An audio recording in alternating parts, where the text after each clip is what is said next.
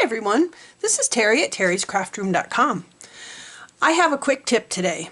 So have you ever started scoring and you get halfway down and your score tool jumps? You see how my score tool has jumped to a different score line? That is so frustrating when you're trying to score something. Well, that happens here all the time because I live in Colorado and it is so dry here. My paper dries out. So what do I do to help with it?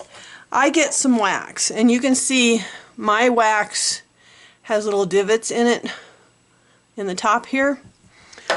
I get some wax. This happens to be beeswax. It can be candle wax, any kind of wax, and you just take the tip of your stylus and rub it in the wax and then score, and it will run so much easier up and down your scoring without jumping ship, so to speak. It may still jump ship, but it's so much quicker, so much easier, and it won't jump ship quite as often as it would have if your paper is dry and your stylus is dry.